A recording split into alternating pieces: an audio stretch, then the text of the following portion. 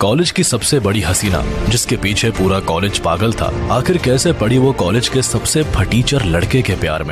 सुनिए कुछ मिनट में देश की सबसे सुपरहिट कहानी, बिल्कुल फ्री। भाई क्या लड़की है, ये तो पक्का दूध से नहाती होगी, तभी तो इतनी गोरी है। यार अगर ये मेरी गर्लफ्रेंड बन जाए तो लाइफ सेट है। जैसे ही रिया की कार पार्किंग में आती है, कॉलेज के सभी लड़के अलर्ट हो जाते थे। अगर किसी को भी उसकी कार भी पार्क करने का मौका मिल जाता था तो वो अपने आप को बहुत लकी मानता था। पर रिया कॉलेज के किसी भी लड़के को कोई भाव नहीं देती थी। पता नहीं कुछ तो अलग था उसकी खूबसूरती में, जो अपने आप लोगों को उसकी तरफ खींच लाती थी। सभी लोग बस रिया के कॉलेज आने का इंतजार करते रहते थे। रिया क्या मैं तुम्हारी गाड़ी पार्क कर सकता हूँ? रिया किसी का भी कुछ जवाब दे पाती उससे पहले ही उसकी फ्रेंड्स बोल पड़ी, ऑफ कोर्स, अब तुम लोग ये होते हुए भी रिया कार पार्क करेगी? रिया जितनी खूबसूरत थी उतने ही बड़े हुए उसके भाव थे। उसके दोस्त इसका पूरा फायदा उठाते थे। कार पार्क करने का काम करवाकर प्रिया अपनी फ्रेंड्स के साथ कॉलेज के अंदर जाती है। देख देख भाई, वो आ गई। भाई क्या बला की खूबसूरत लग रही है रिया। आज से तो मेरा भी पिंक कलर फेवरेट हो गया है। देखना दक्ष, एक बार तो देख तू भी। क्या तुम दोनों सुबह सुबह शुरू हो गए? कुछ और काम नहीं है क्या तुम दोनों को? कॉलेज की सबसे खूबसूरत लड़की थी रिया। ऐसा एक लड़का नहीं होगा कॉलेज का जो उसे अपनी गर्लफ्रेंड नहीं बनाना चाहता हो, पर दक्ष उन सब में से सबसे अलग था। झुंझुनू की कॉलेज में पढ़ने वाला दक्ष एक गरीब परिवार से था। कॉलेज में उसका एडमिशन उसके पिताजी के सेठ ने अपनी अप्रोच से करवाया था, जो कॉलेज बस पढ़ने आया था। पर उसको नहीं पता था कि ऐसे कॉलेज से उसके पिछले जन्म का रिश्ता जुड़ा था। वो यहाँ खुद नहीं आया बल्कि उसकी किस्मत उसे यहाँ खींच के ले आई है। क्या यार दक्ष, पूरा कॉलेज जिस लड़की के पीछे पागल है तू उसको एक झलक देखता तक नहीं? भाई मुझे इन सब में नहीं पढ़ना है, मुझे जल्दी कॉलेज की डिग्री लेकर मेरी माँ को उस गरीबी से निकालना है। दक्ष अपनी माँ का लाडला था। वो अपनी माँ को एक अच्छी और बेहतर जिंदगी देना चाहता था, इसलिए वो कुछ भी ऐसा काम नहीं करना चाहता था जो उसको डिस्ट्रैक्ट करे। अच्छा भाई, मान गए। चल अब कैंटीन चलते हैं और रिया के दर्शन होने की खुशी में आज समोसा पार्टी करते हैं। ऋषभ की बात सुन दक्ष एक पल को झिझक जाता है और अपनी जेब टटोलते हुए कहता है, कैंटीन तो तुम दोनों जाओ, मुझे एक असाइनमेंट सबमिट करना है। ऋषभ और राहुल भले ही दोनों बड़े घर से थे, पर वो दक्ष के सच्चे दोस्त थे और कभी भी अपनी दोस्ती के बीच पैसा नहीं आने देते थे, क्योंकि वो दोनों जानते थे दक्ष एक स्वाभिमानी लड़का है। वो आगे होकर कभी पैसे नहीं मांगेगा। इसलिए दक्ष की बात सुन बात को बदलते हुए मजाकिया अंदाज में राहुल ने कहा, भाई आज इस कंजूस ऋषभ को ठगने का अच्छा मौका है, चल आज इससे ही समोसा पार्टी लेते हैं। राहुल की बात सुन दक्ष राजी हो गया और तीनों दोस्त कैंटीन की ओर निकल जाते हैं। पर जैसे ही वो तीनों कैंटीन पहुँचे उसके होश उड़ गए। आज कैंटीन का माहौल बिल्कुल अलग था। जिस कैंटीन में पैर रखने की जगह नहीं होती थी, वही आज पूरा कैंटीन खाली था। ऐसे में दक्ष ने वहाँ काम करने वाले पिंटू भैया से पूछा, पिंटू भैया आज क्या कुछ खास दिन है कॉलेज में, जो कोई दिख ही नहीं रहा है कैंटीन में? दक्ष की बात सुन पिंटू भैया ने भी चिढ़ते हुए जवाब दिया, अरे अब क्या बताएंगे अमीरों के चोचले। वो रोहन बाबा है ना, उन्होंने आज पूरा कैंटीन, इस कॉलेज की सबसे बड़ी तितली है ना, वो क्या नाम है उनका? पिंटू भैया की बात सुनते ही राहुल बीच में ही बोल पड़ा, जिया राठौर की बात कर रहे हो आप भैया? हाँ वही राजकुमारी जी। आज उनके लिए पूरा कैंटीन बुक करवा लिया है, बिना मतलब हम जैसों का काम बढ़ा दिया। अरे गांव बसा नहीं कि भिखारी पहले आ गए। पिंटू भैया और तीनों दोस्त बात कर ही रहे होते हैं कि तभी आंखों पर काला चश्मा लगाए, हाथ में फरारी गाड़ी की चाबी घुमाते हुए रोहन वहाँ आ जाता है। गरीब फटीचर दक्ष, तू इस कॉलेज में पढ़ने आ गया मेरे पापा की बदौलत। वो काफी नहीं है जो जहाँ भी मैं जाता हूँ वहाँ तू पहले भीख मांगने आ जाता है। रोहन दिल्ली शहर के सबसे अमीर आदमी का बेटा था। दक्ष के पिताजी उनके यहाँ ही काम करते थे। रोहन पूरे कॉलेज में अपने पैसों का रौब झाड़ता था और दक्ष को नीचा दिखाने का एक भी मौका नहीं छोड़ता था। ऋषभ और राहुल को रोहन बिल्कुल पसंद नहीं था, इसलिए रोहन को देखते ही उन दोनों को गुस्सा आ जाता था। देख रोहन, ज्यादा मत बोल। दक्ष को पूरा कॉलेज फटीचर के नाम से ही जानता था और उसके दो ही दोस्त थे, ऋषभ और राहुल, जिसको उसके गरीब होने से कोई फर्क नहीं पड़ता था। वो दोनों हमेशा दक्ष के सपोर्ट में खड़े रहते थे। अरे देखो तो इस फटीचर ने अपना असिस्टेंट भी रख लिया है। तुझे पता नहीं क्या, ये मेरे फादर का कॉलेज है। 1 मिनट लगेगा तुम तीनों को बाहर निकालने में। तुझे बस बोलना ही आता है या कभी कुछ करके भी दिखाएगा? देखो फटीचर का एक और असिस्टेंट बीच में बोला। रोहन सभी की बेइज्जती करे ही जा रहा था कि कैंटीन में रिया अपनी गर्ल गैंग के साथ आ जाती है। रिया राठौर खानदान की इकलौती बेटी थी, इसलिए बचपन से बहुत लाड प्यार में रही। चूंकि रिया की माँ उस शहर की राजा माता थी, इसलिए कभी पैसों की कोई कमी नहीं थी। रिया ने हमेशा से ही एक शाही जिंदगी जी थी, जहाँ सारा कॉलेज रिया पर फिदा था। वही रोहन भी बस दिन रात रिया को इम्प्रेस करने में लगा रहता था। रिया को देखते ही रोहन के तेवर भी बदल जाते थे। अरे रिया तुम आ गई? मैं बस अभी इन फटीचरों को भेजता हूँ। रिया की नजर जैसे ही दक्ष पर जाती है, वो उसे पूरा ऊपर से नीचे तक घूरती है, क्योंकि एक वही वहाँ पर पुरानी सा शर्ट पहने और अजीब सी पैंट पहने खड़ा था, जहाँ रिया के आते ही पूरे कॉलेज में हल्ला मच जाता था। वही दक्ष को उसके वहाँ होने से भी कोई फर्क नहीं पड़ रहा था। ये बात रिया को बहुत अजीब लग रही थी, इसलिए उसने रोहन की बात को अनसुना करते हुए दक्ष से पूछा, ओह, तो तुम हो the new boy in college? Daksh कुछ बोल पाता उससे पहले ही रोहन बीच में बोल पड़ा, अरे हाँ, वही लड़का जिसका एडमिशन मेरे पापा ने करवाया है। अरे तुम भी छोड़ो ना, क्या इन फटीचरों के मुंह लगना सुबह सुबह। दक्ष कॉलेज का सबसे शांत लड़का था। वो कभी किसी को कोई जवाब नहीं देता था। उसकी किसी से कोई लड़ाई नहीं थी। शायद सब लोग इसी का फायदा उठाते थे और उसका खूब मजाक उड़ाते थे। दक्ष रोहन की बात सुन चुपचाप वहाँ से अपने दोस्तों को लेकर चला गया। दक्ष भले ही सबके नजरों में लूजर था, पर अपने शांत नेचर की वजह से कॉलेज की सबसे खूबसूरत लड़की रिया की नजरों में हीरो बन चुका था। रिया और उन सब की बात सुन रिया ने काफी इंटरेस्ट लेते हुए पूछा, कौन है ये लड़का?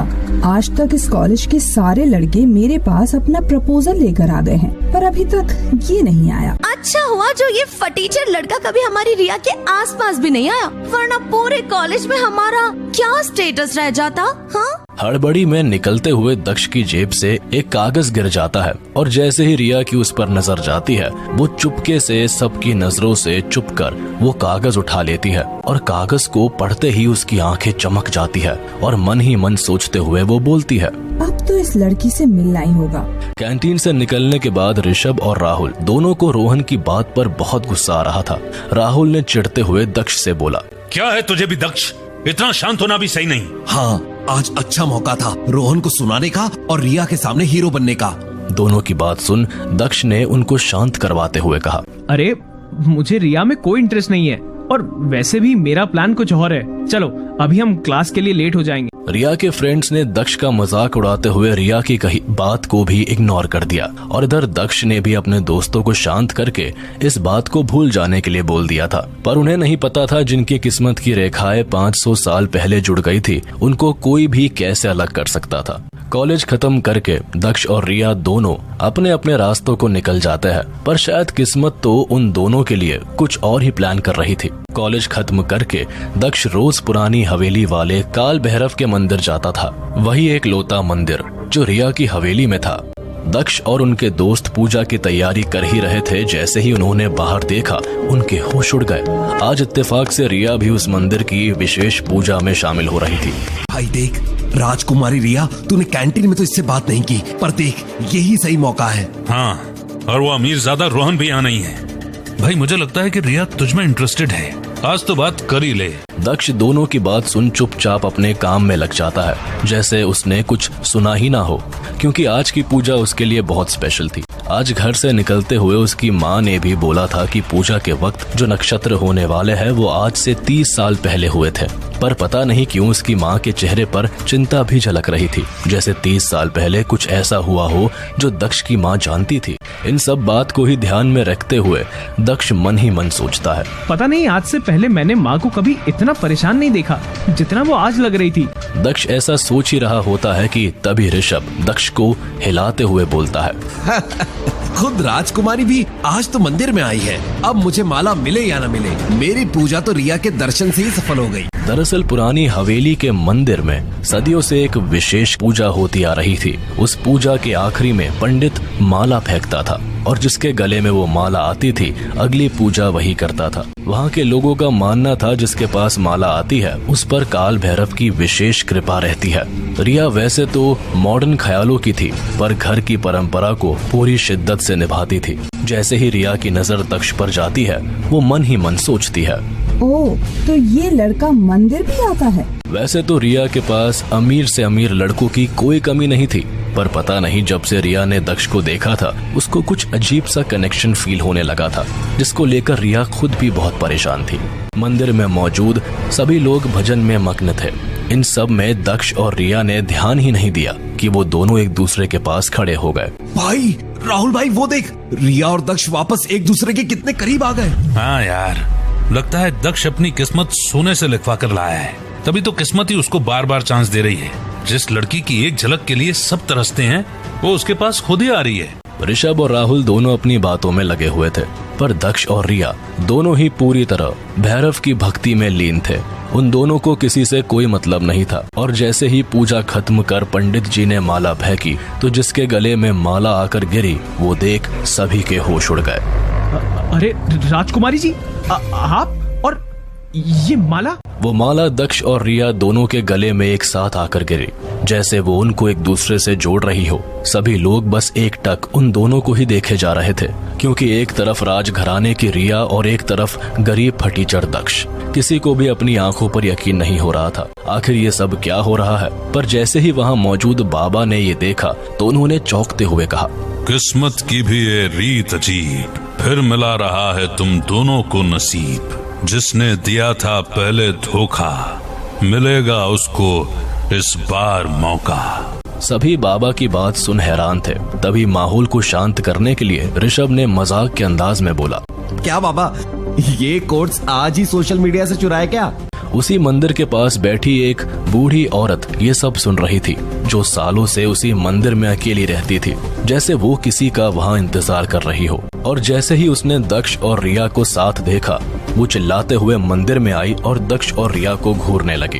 क्या हुआ? ये माला आपको चाहिए? पता नहीं कौन थी वो बुढ़िया, और वो रिया और दक्ष को देख के बिना कुछ कहे वहाँ से चली जाती है, जिसको आज तक इस मंदिर से कोई नहीं निकाल पाया। पता नहीं उसने आज ऐसा क्या देख लिया कि वो खुद ब खुद ही वहाँ से चली गई। बाबा की ऐसी अजीबोगरीब बात पर दक्ष ने ध्यान नहीं दिया और गले से माला उतारते हुए बिना नजर ऊपर किए बड़े ही प्यार से बोला, सुनिए, ये माला आप रख लीजिए राजकुमारी जी। अपना भाई तो कुछ ज्यादा ही नर्वस हो रहा है। हाँ देखना, इसकी तो आवाज भी नहीं निकल रही। रिया पहले ही दक्ष से काफी इम्प्रेस हो चुकी थी। जहाँ सब लोग उसकी खूबसूरती के दीवाने थे और कैसे भी उसको बस पाना चाहते थे, वही रिया के इतने पास होकर भी दक्ष ने आंख उठाकर भी नहीं देखा था। ये बात रिया का दिल जीत ले गई और वो दक्ष को एक नजर बस देखती रही। पर जैसे ही रिया की नजर दक्ष के हाथ पर गई, उसके पैरों तले जमीन खिसक गई और माला को हटाते हुए उसने चौंकते हुए कहा, ये अंगूठी तुम्हारे पास कैसे आई? आखिर क्या था उस अंगूठी का राज? क्यों उसे देखते ही रिया इतना परेशान हो गई थी? और कौन थी वो पागल बुढ़िया? क्या वो दक्ष और रिया के बारे में कुछ जानती थी? आखिर क्या था बाबा के कहने का मतलब? क्या इन दोनों का कोई अतीत का रिश्ता था? आखिर किस्मत किसको मौका देने वाली थी? किसने किसको धोखा दिया था? और आखिर सच में रिया दक्ष को पसंद करने लगी थी या फिर इसके पीछे कोई और राज छुपा था? पूरी कहानी जानने के लिए अभी डाउनलोड करो पॉकेट FM और सुनो द न्यू अवतार।